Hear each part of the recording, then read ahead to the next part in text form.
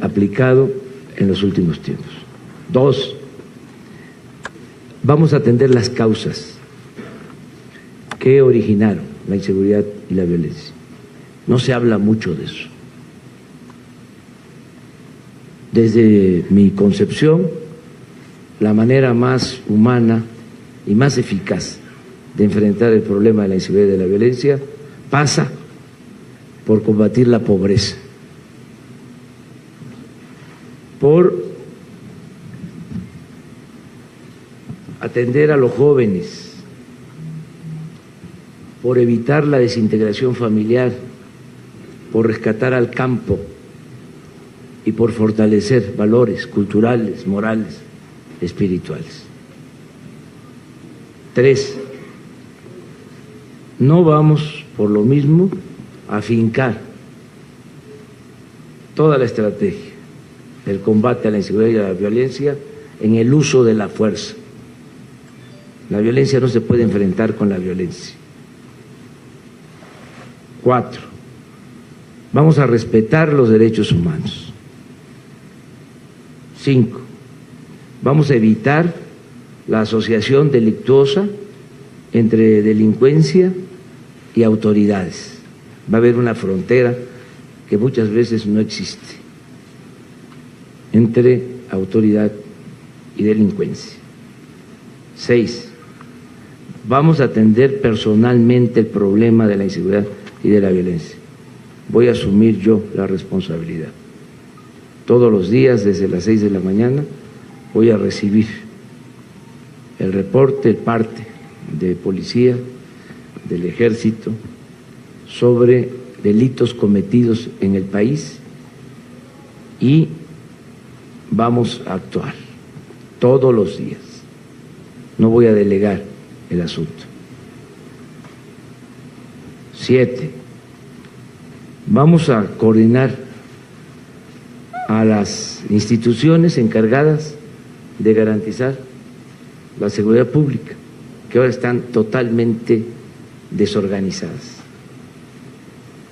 Por un lado actúa el Ejército, por otro lado la Marina, por otro lado la Policía Federal, las policías estatales. No hay coordinación. 8, vamos a terminar con la corrupción y con la impunidad en todo el proceso de impartición de justicia. 9, vamos a convocar desde el 1 de julio, en el intervalo del 1 de julio al 1 de diciembre, que vamos a tomar posición, vamos a convocar a un encuentro permanente, a una reunión, autoridades religiosas, vamos a invitar al Papa, vamos a invitar al secretario general de la ONU, a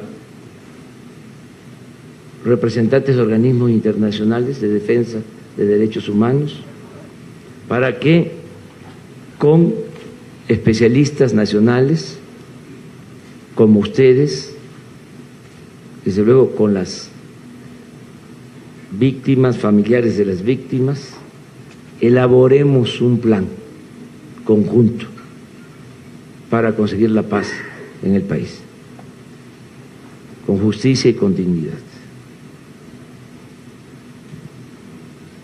Y por último, se va a fortalecer la Comisión Nacional de Búsqueda de Desaparecidos con presupuesto suficiente y personal especializado, y se aplicará la ley de víctimas y la ley general de desaparición forzada de personas, con la participación de familiares de los afectados por la violencia. Esto es, en términos generales, mi planteamiento.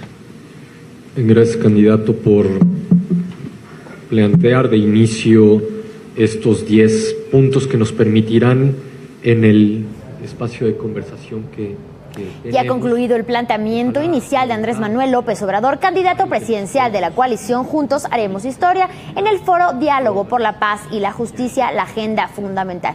Y ahora sigue una sesión de preguntas y respuestas e intercambio de opiniones entre la moderadora y el moderador con el candidato, y luego habrá una ronda de conclusiones y planteamiento final de López Obrador. Y esto era por el momento en el financiero Bloomberg, pero seguimos en las redes sociales con esta participación y luego con el resumen final de los segmentos más relevantes de su discurso. Y volvemos al financiero Bloomberg cuando comience la participación del candidato independiente Jaime Rodríguez Calderón, el Bronco. Mientras tanto, estamos en Twitter, en YouTube y también en Facebook. Síganos ahí. Es una concepción completamente opuesta. Entonces siempre nos dicen los conservadores, sí, está bien atender las causas, pero eso es para el mediano y largo plazo. Pero ahora, ¿qué hacer?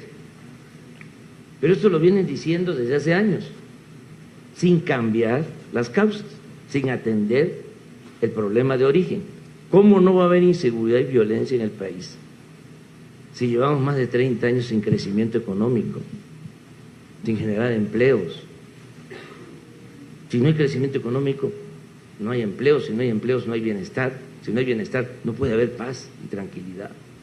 Pero ni siquiera son capaces de aceptar que se desató la inseguridad y la violencia por la falta de crecimiento, por la corrupción, por el abandono al campo, por el abandono a los jóvenes. Entonces, todo es profesionalizar a la policía. Vamos a que las leyes sean más severas. Sí, pero hay que atender las causas. El mexicano, el ser humano, pues no es malo por naturaleza, son las circunstancias las que llevan a muchos a tomar el camino de las conductas antisociales. Entonces hay que atender las causas. Entonces, en los cómo, primero esta concepción nueva, distinta, que no la tienen, ¿eh? Ahora es que están hablando más de lo preventivo porque ha resultado un absoluto fracaso su estrategia. Primero. Segundo, pues la voluntad política de que haya justicia, que no haya impunidad, que se respeten los derechos humanos, la voluntad política del presidente, porque siempre lo otro para el análisis de estos temas, los intelectuales conservadores, fifís les digo, siempre, los cómo. El principal cómo en este país es el proceder del presidente, el recto proceder del presidente. Si el presidente es corrupto, pues todos van a ser corruptos. Ese es un sistema político presidencialista. Permítame que lo interrumpa, candidato, pero entendemos perfectamente que su línea fundamental es atacar a las causas que están generando esta situación de violencia.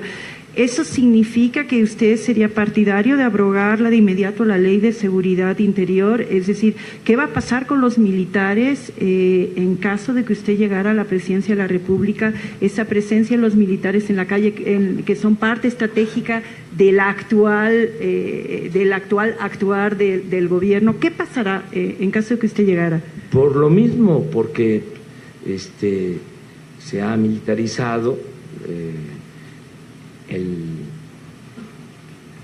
el asunto de atender el problema de la inseguridad y de la violencia. Nosotros vamos a que el ejército cumpla con su función y que no se reprima a los ciudadanos. Está esta ley de seguridad interior en la Corte, vamos a esperar lo que resuelva. Lo que sí les puedo decir es que el próximo comandante supremo de las Fuerzas Armadas nunca va a dar la orden de reprimir al pueblo. Nunca le va a dar la orden al ejército ni a la Marina de que se reprima al pueblo. Vamos a buscar la manera de integrar las corporaciones policíacas, desde luego se van a profesionalizar, pero lo principal para la profesionalización, bueno, primero, coordinar a todos, porque es un desorden, un desbarajuste. Se agarran a balazos entre las corporaciones. ¿Cómo vamos a enfrentar el problema de inseguridad y de la violencia si no existe coordinación? Va a haber mando único, pero para eso no es el mando único que se quiere aplicar con la reforma a la ley. Es el mando único de que el titular del Ejecutivo se haga cargo de coordinar los esfuerzos para garantizar la seguridad. Entonces, eso es muy importante. Y la capacitación es importante, como también es importante pagarles bien a los policías, a los soldados, a los marinos, que están muy desatendidos, no tienen prestaciones. Además de eso, la capacitación tiene que ser a partir de moralizar, de imprimir valores. No solo es la técnica policial o policíaca, sino los soldados son pueblo uniformado, son hijos de campesino, de obrero. Sí, el presidente se dirige a ellos por regiones, a 20,000, a 30,000, a 50,000, y les habla de que tenemos todos que ayudar en la reconstrucción de México, en el renacimiento de nuestro país, que todos tenemos que ayudar y que tenemos que ser humanos, profundamente humanos. Las víctimas, muchos campesinos, obreros, conocidos de familiares, de soldados, conocidos de familiares, de policías. Entonces, ha faltado eso. Nosotros vamos a darle atención a la formación y no vamos a afectar derechos humanos, sacar al ejército de las calles, como se lo plantea, a ver, pero van a salir los soldados de la calle, o no, eso lo vamos a ver en muchas partes. La gente nos está diciendo, si se van los soldados, nos quedamos en el desamparo completo. Entonces, esto lo tenemos que ir viendo poco a poco. No es un asunto maniqueo de blanco o negro. Hay que ver qué conviene más para conseguir la paz. Y yo sí tengo confianza, creo que si todos ayudamos, vamos a serenar al país con la participación de todos. Candidato, digamos, nada más para tener la precisión nuevamente de sí o no en relación a la Ley de Seguridad Interior, ¿la abrogaría de inmediato, sí o no? Ni sí ni no.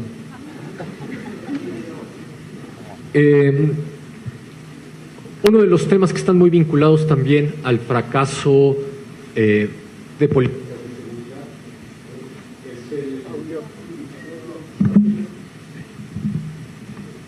es la política de drogas, y quisiéramos conocer digamos, su perspectiva en relación a algunos de los temas más relevantes de esta política que también ha fracasado.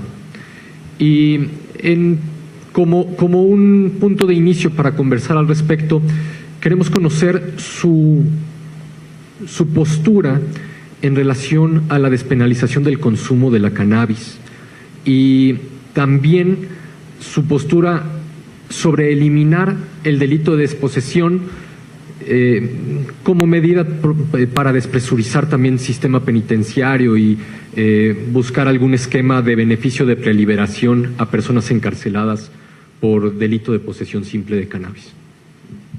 Yo creo que todos los temas se deben de analizar, que no haya mitos, que no haya tabús,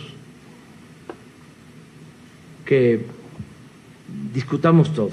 Es muy grave el problema de la inseguridad y de la violencia en México, como para no dialogar, debatir, escuchar todos los puntos de vista. Por eso mi interés de llevar a cabo estos encuentros del 1 de julio, pasando la elección, hasta el 1 de diciembre. Y quiero que discutamos todo, que se debata todo y que se resuelva lo que más convenga a la sociedad. Nosotros tenemos una ventaja, entre otras, con relación a nuestros adversarios. Somos libres, somos independientes. No tenemos patrones, no estamos sometidos a ningún gobierno extranjero, podemos tomar cualquier decisión, siempre y cuando convenga.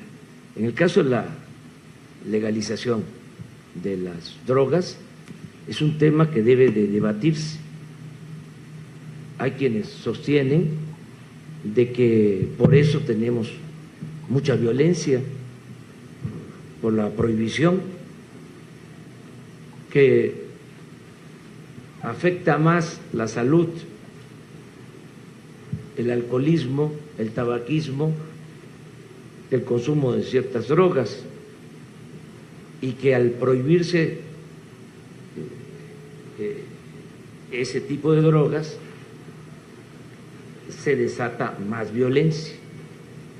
Esto ya se está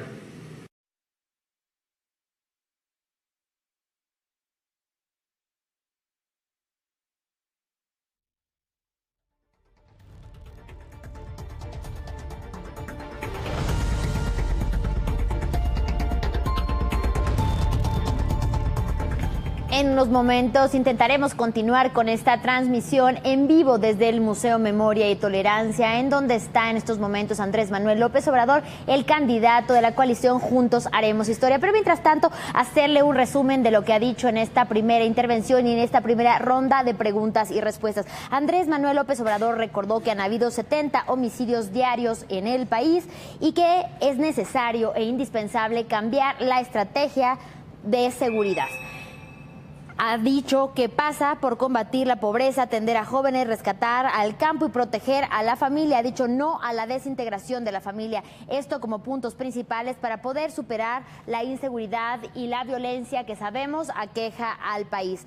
Cuestionado de manera directa sobre si abrogaría la ley de seguridad interior, dijo ni sí ni no. Ha sido un tema que ha estado evitando, pero que sin embargo es muy importante, sobre todo para las organizaciones y la Comisión Nacional de Derechos Humanos, quien organiza este evento. Por otro lado, dijo que el ejército no reprimirá al pueblo, ya que los soldados son el pueblo uniformado y que se serenará al pueblo con mayor seguridad. Sobre la legalización o no de la marihuana, dijo que él se pronuncia porque ya no hayan tabús. Y bien, mientras López Obrador continúa este diálogo, nosotros regresamos con la señal en vivo ahí a Memoria y Tolerancia para seguir escuchando su postura. Indudablemente el tema de la pobreza, como usted menciona, es un tema clave, pero también es el tema de la impunidad y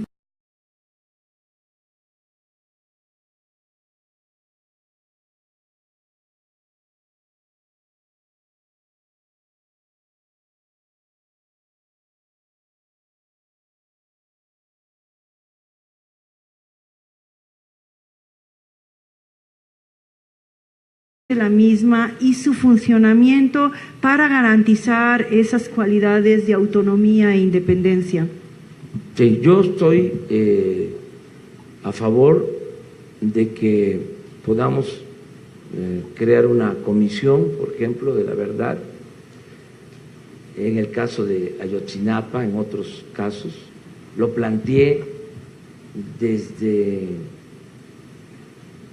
los primeros días después de esta lamentable tragedia. Lo planteé en el Zócalo, que se creara una comisión de la verdad. Creo que eso conviene, conocer la verdad y castigar a los responsables, que no haya impunidad.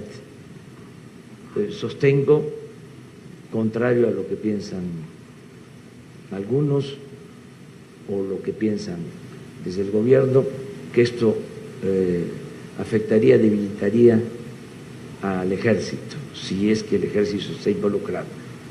Pienso lo contrario, pienso que esto va a fortalecer al ejército, que perjudica más el que se oculte la verdad. A mí me molesta mucho que gobiernos extranjeros acusen al gobierno de México de estar ocultando la verdad. No me gusta, aún en estos temas, que haya esa injerencia. Cuando un gobierno actúa con la verdad, tiene fortaleza. Y nosotros no necesitamos que nos vengan a dar recomendaciones del extranjero.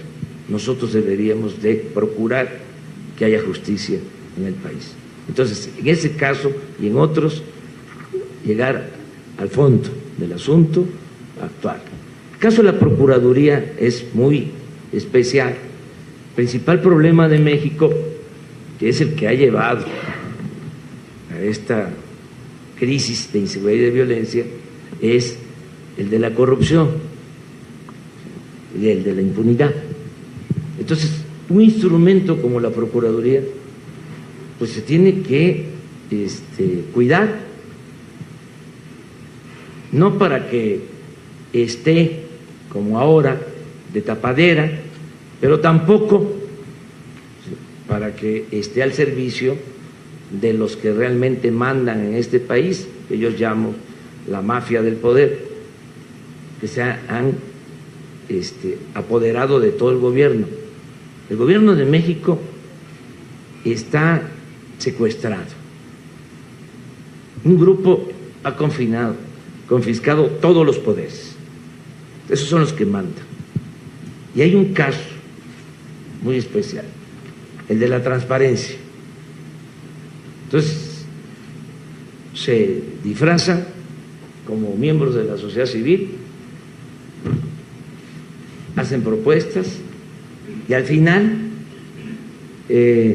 son instrumentos para que no haya ni transparencia ni combate a la corrupción. El Instituto de la Transparencia es un fracaso. Casi al inicio, lo primero que resolvieron fue mantener en secreto los impuestos condonados a los grandes contribuyentes. El Instituto de la Transparencia, surgido de la sociedad civil. Y lo último que han hecho es declarar que van a mantener en secreto el caso de Odebrecht. Entonces, cuidado con eso.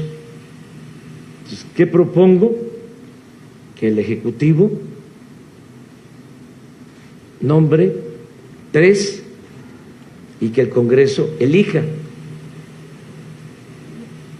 No que el Ejecutivo nombre al fiscal, sino de conformidad con la ley, el titular del Ejecutivo propone 3, porque yo sí quiero cuidar eso. Yo quiero que el fiscal sea una gente íntegra, honesta, de inobjetable honestidad, que pueda aplicar lo que yo considero debe ser el criterio principal en todo lo que es impartición de justicia. Al margen de la ley, nada; por encima de la ley, nadie. Candidato, y en esa visión que tiene usted sobre la Fiscalía, la participación de la sociedad civil, ¿cuál sería en esta, como nos lo acaba de compartir? 3 candidatos propuestos por el Ejecutivo y resuelto por el Congreso. La participación de la sociedad civil, que ha estado construyendo una agenda alrededor de los temas de fiscalía autónoma e independiente, ¿dónde queda en su visión? En la integración y participación de comités en todas las compras de gobierno, en todos los contratos de obra. Ya lo hice, o sea, fui jefe de gobierno de esta ciudad. Se compraron, por ejemplo, 40 trenes para el metro, 400 vagones. Se creó una comisión de la sociedad civil, de la verdadera sociedad civil,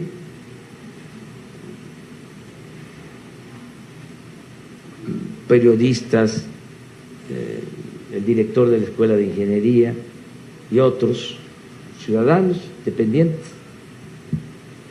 honestos, desde la licitación hasta que se entregó el contrato. El resultado, nos ahorramos la mitad de lo que habían costado los trenes que habían comprado antes el gobierno. No hubo ningún problema, ganó la empresa Bombardier, se hicieron los trenes en Ciudad Sagún, se dio trabajo a los mexicanos, no hubo ninguna impugnación en nada. Si esto lo hacemos en todo lo que gaste el gobierno y se invita a participar a especialistas en todos estos casos, si hay un acompañamiento de la sociedad civil en todo, adelante. Pues, desde luego, nosotros vamos a aplicar la regla de oro de la democracia, que es la transparencia.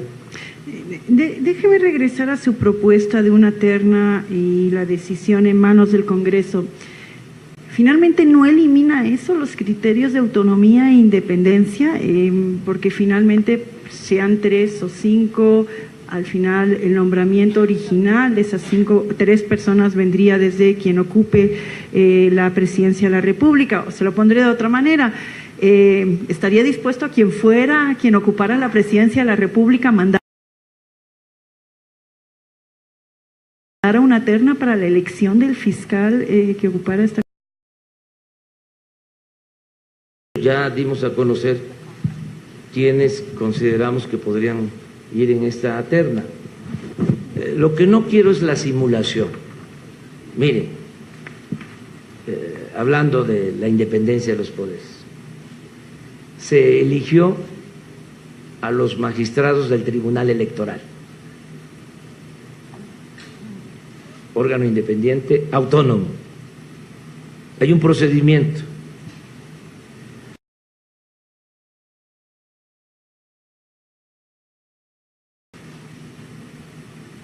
El Poder Judicial envía al Congreso las ternas, el Poder Judicial, de acuerdo a la ley. Enviaron abogados, mujeres y hombres, 7 ternas. El Congreso hace el análisis para ver quiénes deben de ser los magistrados del Tribunal Electoral. Al final se reparten PRI-PAN los 7. 4 PRI, 3 PAN. Al final, resultado: acaban de autorizar a un candidato y a otros que falsificaron firmas. hay que tener cuidado con esos procedimientos. Por eso yo insisto mucho en la voluntad política del presidente. No permitir estas cosas. Y como hay una corriente fuerte, conservadora en este país, siempre ha habido, aquí han habido siempre dos corrientes, toda la historia de México, conservadores y liberales, hasta después del triunfo de la República sobre el imperio, se mantuvo el conservadurismo. Entonces están en todos lados, igual el movimiento liberal, más compacto el movimiento conservador siempre, más relajado el movimiento liberal. Entonces, como estas cosas tienen que ver con el conservadurismo, con lo que yo llamo el PRIAN, que son lo mismo, pues no se discuten estos temas y se le da más importancia, por ejemplo, a esto del 102 de la Constitución, el que nos quiten la posibilidad de nosotros proponer una terna para tener un fiscal y combatir de verdad la corrupción. Miren, en el 2006, cuando todo indicaba que íbamos a ganar, Fox y Gil Díaz propusieron la independencia, la autonomía del SAT, que se convirtiera el SAT, que es la institución que cobra los impuestos, en una especie de Banco de México.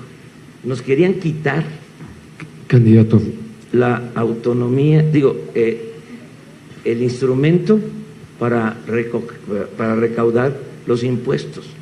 Entonces, todo esto hay que verlo con cuidado, pero yo les digo a ustedes, no es en el afán de dominarlo todo, sino no permitir que la mafia del poder siga teniendo injerencia y se siga estimulando, y que acabemos de verdad con la corrupción y con las injusticias que se cometen. Tenemos alrededor de 15 minutos más, candidato.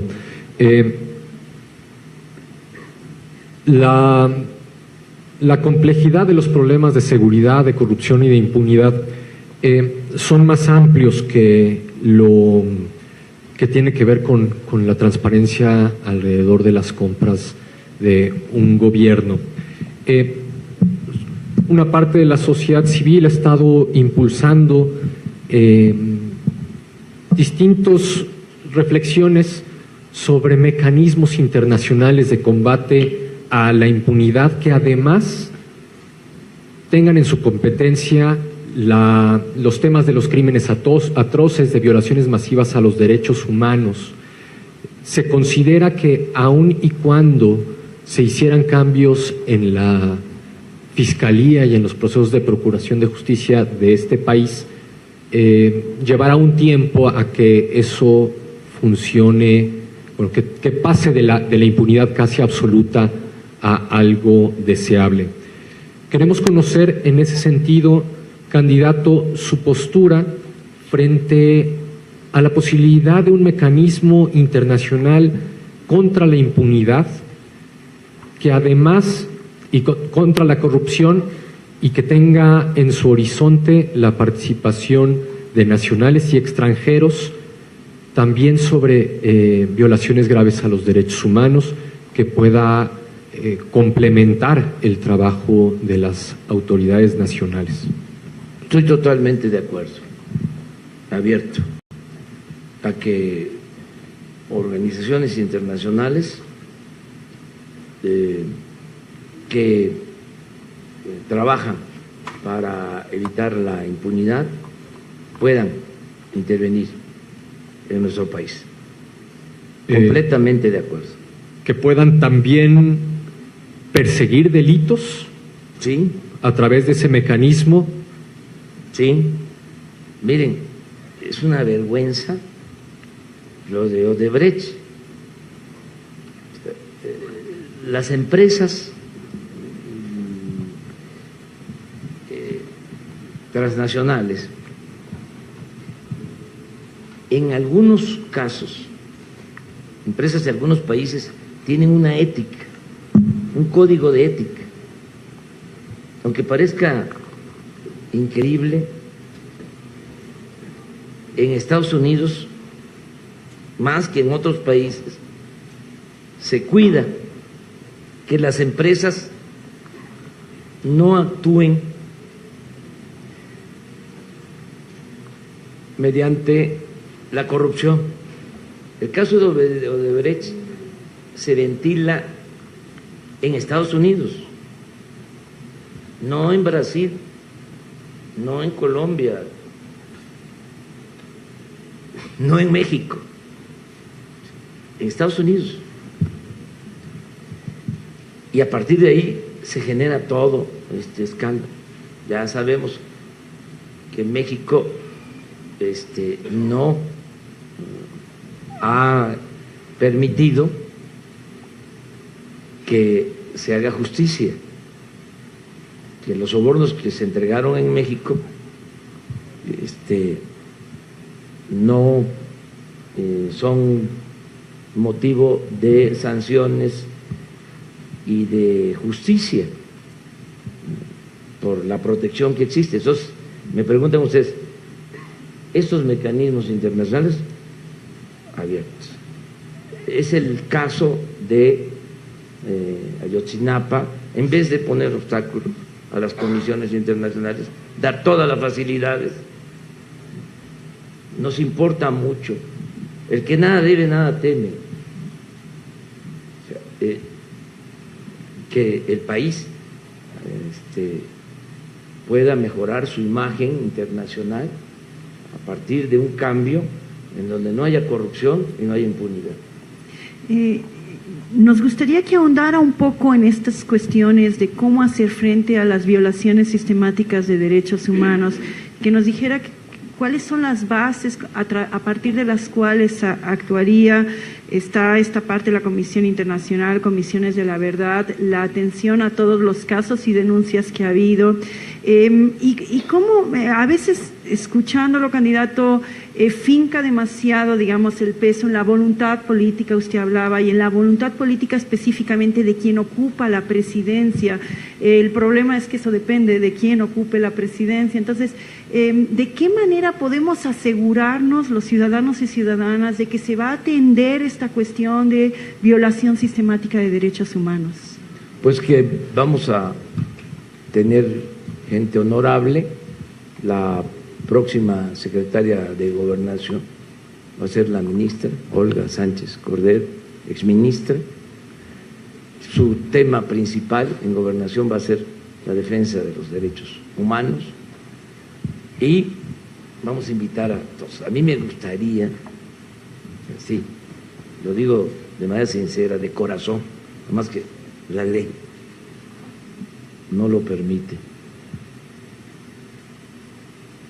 Y además a lo mejor ellos no aceptan, pero a mí me gustaría que el padre Solalinde fuese el encargado de la defensa de los derechos humanos, por ejemplo, y que Javier estuviese en la comisión ayudándonos para encontrar a los desaparecidos. O sea, yo quiero el apoyo de gente buena, de gente con buenos sentimientos. Nosotros, en esencia, lo que buscamos es que se lleve a la práctica la máxima filosófica que viene de lejos, desde antes del cristianismo. Queremos que se aplique el amor al prójimo. Luchamos no solo por el bienestar material, luchamos por el bienestar del alma. Entonces, queremos justicia, ¿sí? Queremos felicidad, queremos amor. Entonces, todos van a ser convocados para ayudar en esta tarea.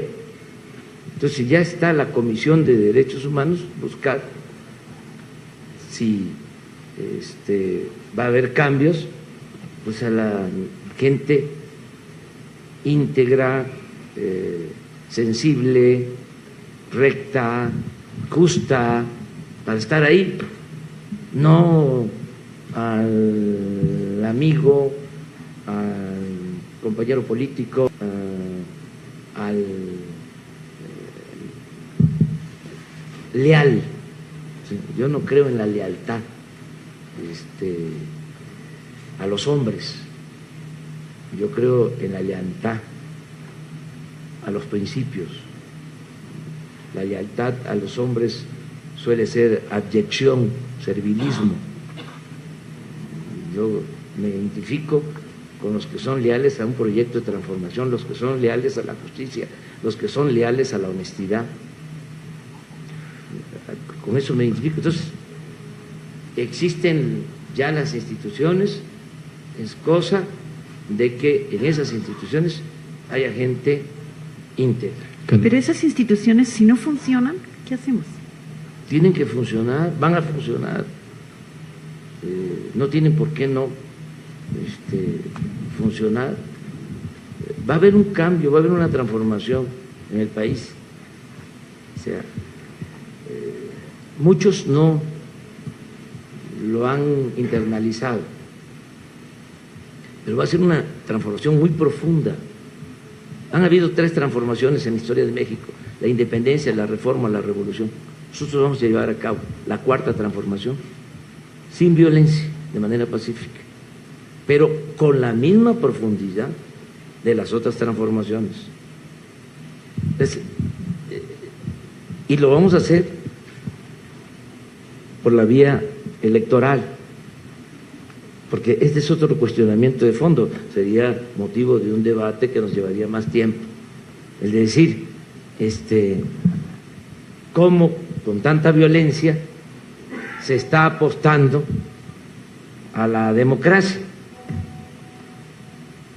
Bueno, hay violencia porque no hay democracia. Además, ¿cómo vamos a cambiar esta realidad de opresión, de injusticias, de privilegios? ¿De qué manera? O sea, ha sido un error y tiene que... Estoy esperando la autocrítica, que no ha habido, de quienes durante mucho tiempo llamaron a no votar y le hicieron el juego al régimen opresor. Porque ¿cómo cambiamos una realidad de injusticias, de opresión? Nada más hay 2 caminos: por la vía armada, por la vía política electoral. Nosotros decidimos esta vía y pensamos que se puede, y se puede mejorar el país con una auténtica democracia. Es cierto, no ha habido democracia plena desde la época del presidente Madero. Hemos tenido muy buenos presidentes después de la revolución, extraordinarios. Se ha avanzado en el terreno social, no en el terreno democrático, pero ahora tenemos la posibilidad de establecer una auténtica democracia, un gobierno del pueblo, para el pueblo, con el pueblo. Esa es la transformación. Candidato, nos quedan 5 minutos para cerrar este encuentro. Le voy a hacer 2 preguntas.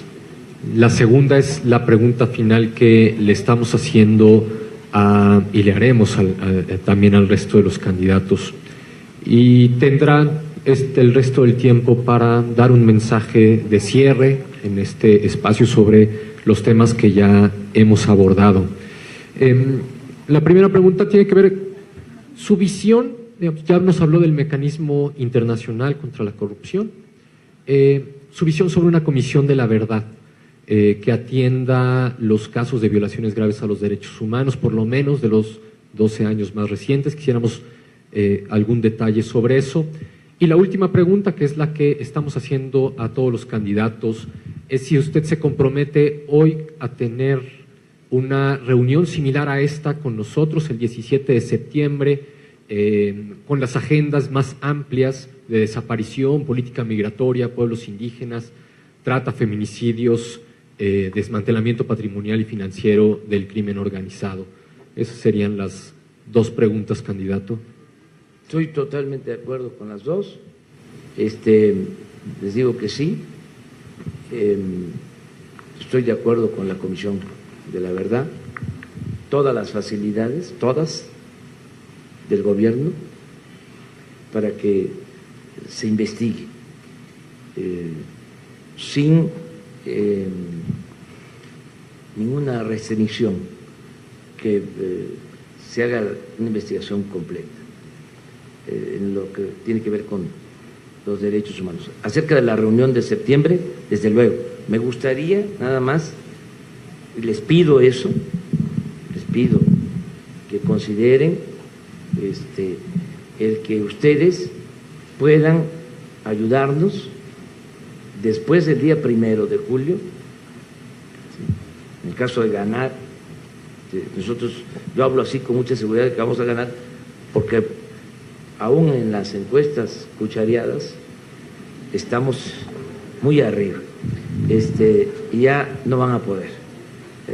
La gente quiere el cambio, la gente está harta de este régimen de corrupción, de injusticias, de privilegios, y quiere un cambio verdadero.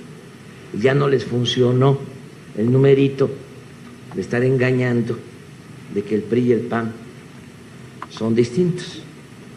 Ya la gente sabe que es el PRIAN y que los dos están al servicio de la mafia del poder. Por eso va a haber cambio en el país. Lo quiera o no lo quiera, la mafia va para afuera. Entonces, vamos a ganar y quiero que nos ayuden. A mí me importa mucho este encuentro en el periodo del 1 de julio al 1 de diciembre.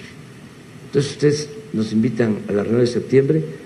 Yo, en el caso nuestro, para que lo tomen en cuenta, lo analicen, se discuta, que ustedes nos ayuden en la conducción de todo el proceso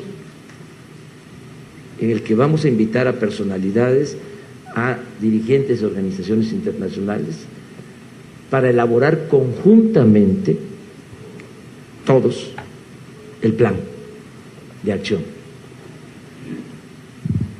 e inclusive hasta el nombramiento de quienes van a estar, si vencen los plazos y va a haber renovación, de los encargados de atender este asunto. Esto es lo que más me preocupa. Miren, está tan descompuesto el país que este es el tema más doloroso y más complejo, porque lo dejaron crecer. Fue muy irresponsable lo que hicieron. Entonces, si me dicen cómo reactivar la economía, cómo crear empleos, estoy relativamente tranquilo con eso. ¿Cómo acabar con la corrupción? No va a haber problema, se va a acabar la corrupción. Sé cómo hacerlo. ¿Cómo mejorar la educación? Hay un buen plan para eso, lo vamos a lograr. Y así otras cosas. Pero este tema de inseguridad y violencia es muy complejo. Yo recorro todo el país, conozco todos los municipios de México. No hay un ciudadano, ofrezco disculpa por presumir, pero no hay un ciudadano que conozca todos los municipios del país, que conozca los 570 municipios de Oaxaca, y los he visitado más de una vez. Estoy abajo con la gente todo el tiempo, estoy recogiendo los sentimientos de la gente y sé lo que está pasando en el país, el sufrimiento que origina la inseguridad, la violencia. Lo que pasa en la montaña de Guerrero, por qué siembran la amapola, porque no tienen para comer y siembran la amapola y saben, me lo han dicho, que si los detienen y van a la cárcel, tienen cuando menos asegurada la comida en la cárcel, porque no tienen otras opciones. Entonces, estoy muy consciente de que hay que atender las causas, hay que fortalecer los valores culturales, morales, espirituales. Ese es otro tema importantísimo, porque no solo de pan vive el hombre. Vamos a que haya toda una campaña para fortalecer valores, repetir y repetir y repetir, que solo siendo buenos podemos ser felices y nos van a ayudar entre todos. Pero vamos a sacar adelante al país, vamos a regenerar la vida pública de México. Esto sería también mi mensaje final. Ya no tengo más que decir. Muchas gracias, candidato. Le agradecemos mucho su tiempo. Le vamos a hacer entrega de un USB con lecturas, con propuestas de trabajo de las organizaciones.